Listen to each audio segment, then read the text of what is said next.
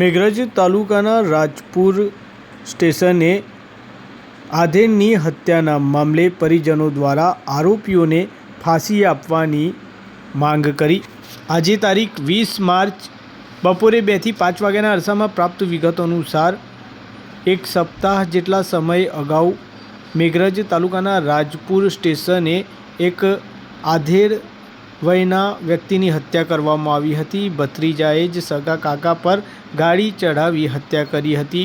આ મામલે પોલીસે 2 આરોપીઓની અટકાયત કરી છે, ત્યારે અન્ય આરોપીને પકડી પાડવા તેમજ આરોપીઓનું જાહેરમાં સરઘસ કાઢવા અને આરોપીઓને ફાંસીની સજાની માંગ પરિજનો દ્વારા કરવામાં આવી હતી।